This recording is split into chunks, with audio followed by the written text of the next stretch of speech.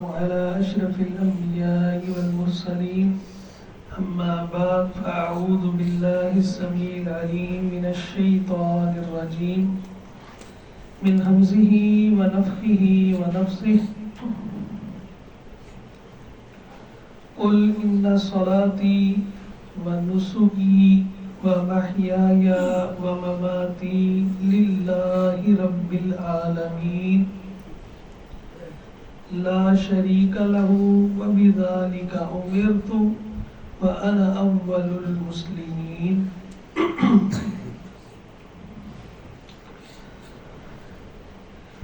عبادت کے حوالے سے گفتگو چل رہی ہے ہماری.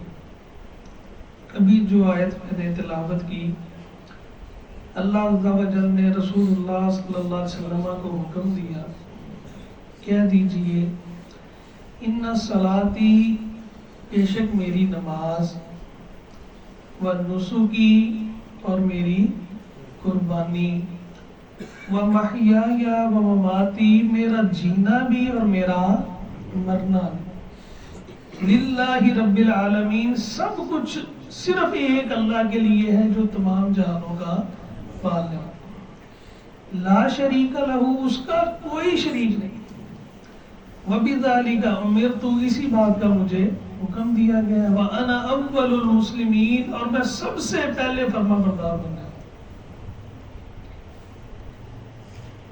تو عبادت، اس طرح کہ میں پہلے بھی بیان کر چکا ہوں، صرف اللہ تعالیٰ کا حق ہے. اور عبادت بھی کون سی؟ جو عبادتیں چاہے زبان سے ادا کی جانے والی، چاہے جسم کے اعضاء سے، اور چاہے مال سے بھی کی جائے. عبادت کی مختلف قسمیں ہیں، بدنی عبادات، مالی عبادات، ہر قسم کی عبادت یہ صرف اللہ عز و جل کا حق ہے.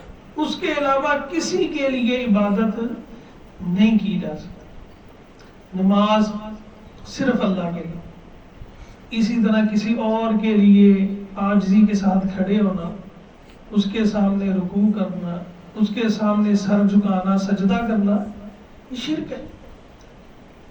اللہ نے اپنے علاوہ کسی کے لیے اس کی اجازت نہیں. اگر ہوتی تو سب سے زیادہ اس کا حقدار کون تھا؟ امت مسلمہ میں سے کون ہونا تھا؟ رسول اللہ صلی اللہ علیہ وسلم. صحابہ نے پوچھا تھا کہ کسرا و کسرا کی رعایا اس کو سجدے کرتے ہیں، تو ہم بھی آپ کو سجدہ کر لیے تھا. سجدہ تعظیمی بھی ہوتا ہے. پہلی امتوں میں جائز تھا، یوسف علیہ السلام تو کیا، پہلی امتوں میں جائز تھا، امت مسلمہ میں وہ بھی جائز تھا.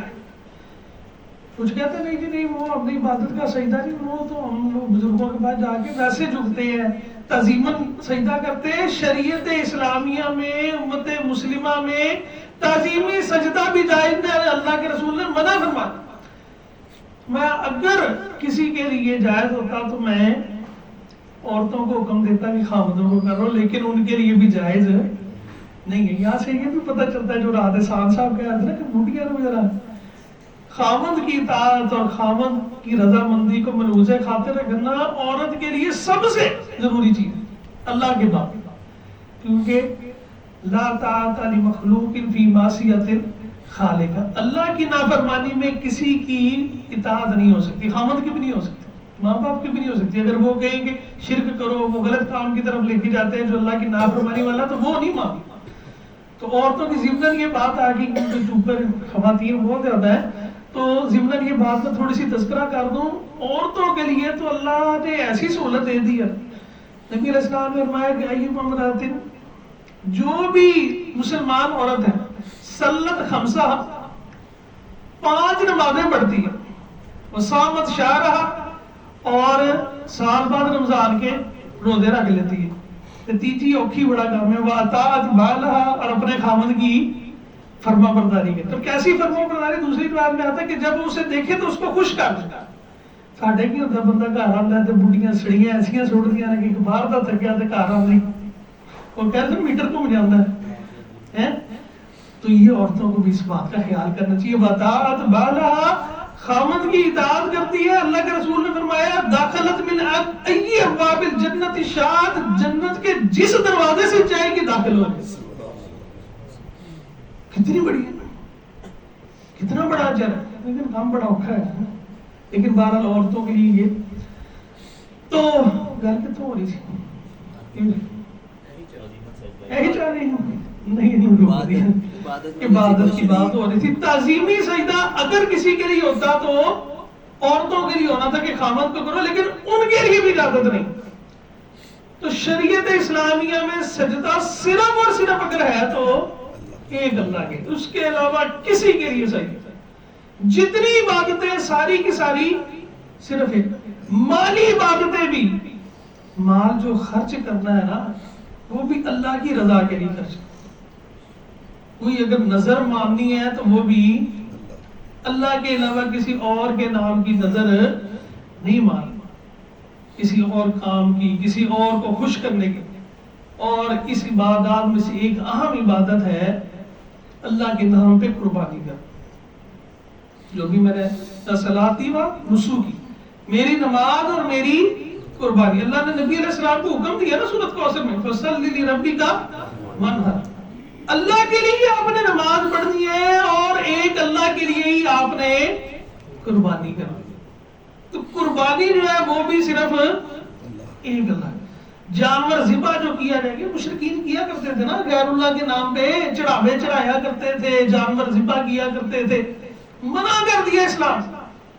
اللہ عز و جل نے جو چیزیں قرآن میں حرام بیان کی ہیں، حرمت علیکم المیتۃ والدم ولحم الخنزیر، اس کے ساتھ اللہ نے چوتھا ذکر کیا وما اہل بہ لغیر اللہ.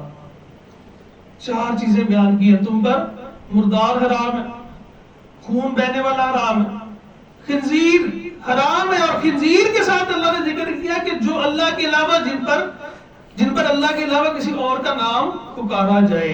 اس میں دونوں چیزیں شامل ہیں. وہ ہوتا ہے نا کہ جناب اے بکری دا بچہ ہے نا، اے فلانے دے نام ہے. بعد میں چاہے بسم اللہ پڑھ کے بھی اگر ذبح کر رہے ہیں، وہ جب فلانے نام پہ اس کو موسوم کر دیا تو وہ ہلا بھی غیر اللہ ہو گیا. اللہ کے علاوہ کسی اور کے نام پر جانور چھوڑنا یا اس کو ذبح کرنا حرام ہے. وما ذبح، آگے جا کے لکھنا ما ذبح علی النصب، بسم اللہ اللہ اکبر پڑھ کے ذبح کرتے ہو، لیکن ایسے آستانوں پہ جا کے، ایسی جگہوں پر جا کے جہاں پہ لوگ غیر اللہ کے نام کی قربانیاں کرتے ہیں، ایسا جانور بھی حرام. شرک کی طرف جانے والے جو رستے ہیں ان رستوں کو بھی بند کر. ایک شخص آیا، اس نے اللہ کے رسول صلی اللہ علیہ وسلم سے پوچھا کہ اللہ کے رسول میں نے نا نظر مانی تھی کہ بوانا ایک مقام ہے، وہاں پر جا کے اونٹ ذبح کرتا. اچھا، اسلام نے نظر کا بھی کہا کہ آپ اللہ کے نام کی اگر نظر مانتے ہیں تو اس کو پوری کریں. اب اس منو نا کہ جب مان لی گیا نا تو پھر پوری کر. اور وہ ہونی اللہ کی اطاعت والی چاہیے. اگر کوئی ایسا کام ہے جو اللہ کی نافرمانی والا ہے تو وہ نظر پوری نہیں کرنی، اور اگر اللہ کی فرما برداری والی ہے تو پھر لازمی پوری کرنی چاہیے. اب اس نے کہا اللہ کے رسول میں نے جو ہے نا وہ نظر مانی تھی کہ میں نا بوانا کے مقام پر جا کر اونٹ ذبح کروں. آپ نے پوچھا وہاں پہ کیا غیر اللہ کے نام کی کوئی لوگ چڑھاوے چڑھاتے ہیں، ذبح کرتے ہیں؟ نہیں جی ایسا تو نہیں ہوتا. اچھا کیا بتاؤ کہ وہاں پر کوئی ایسے ان کے میلے ٹھیلے کوئی عیدیں تو نہیں لگتی، عرس تو نہیں جس طرح ہمارے یہاں ہوتے ہیں نا، وہاں پہ پھر سارے غیر شریک کوئی ایسا وہ مشرکین کا وہ کوئی استانہ تو نہیں ہے جہاں پہ وہ لوگ اکٹھے ہوتے ہو؟ اس نے کہا نہیں جی ایسا بھی کوئی نہیں ہے. میں اگر ایسا کوئی کام نہیں ہے، شرک کی کوئی آمیزش نہیں ہے تو پھر اپنی نظر کو پورا کر. تو یہاں سے یہ بات پتہ چلی کہ ایسی جگہ، ایسے آستانے، معذرت کے ساتھ ایسے دربار، ایسے مزار جہاں پر شرک کیا جاتا ہے، غیر اللہ کے نام کی چادریں چڑھائی جاتی ہیں، دیگیں چڑھائی جاتی ہیں، وہاں پر اللہ کے نام کی دیگ دینا بھی جائز نہیں. اللہ کے نام کا جانور بھی وہاں پر دینا جائز نہیں ہے. جہاں سے شرک کے رستے پنپتے ہیں، اللہ کے رسول نے ویسی جگہوں پر اللہ کے نام کا دینے سے بھی منع فرمایا. تو اتنی شرک سے بچاؤ کے لیے کہ جو رستہ شرک کی طرف لے کے جاتا ہے اس رستے میں بھی نہیں چلتے. اللہ عز و جل ہم سب کو خالص توحید کو سمجھنے اور اپنے عقیدوں کی اصلاح کی توفیق عطا فرمائے. وآخر دعوانا الحمدللہ رب العالمین.